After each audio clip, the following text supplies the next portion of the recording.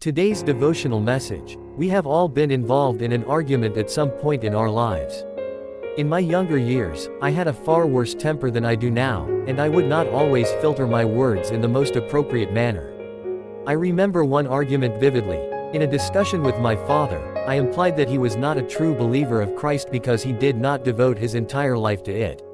He went to church and raised me as well as a man possibly could, and here I was, young, passionate, but naive, slandering the man who raised me. We had an argument, mainly because I thought I was right at the time. Luckily for me, my father is a very patient man, and he listened to my words even though they surely hurt him, and a few days later he gave me a book, Mere Christianity, by C.S. Lewis. Reading it changed my opinion on Christianity and, of course, my father.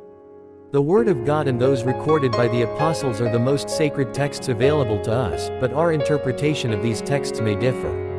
For many, these texts represent the sanctity and bond between us and the Lord.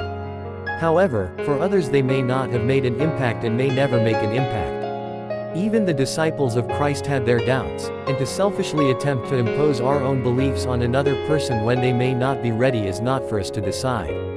The choice is God's. As believers of Christ, we are not meant for this world, as the verses suggest. We know that we are called to something higher. Literally taken, the words of our Holy Bible are no different from any other book.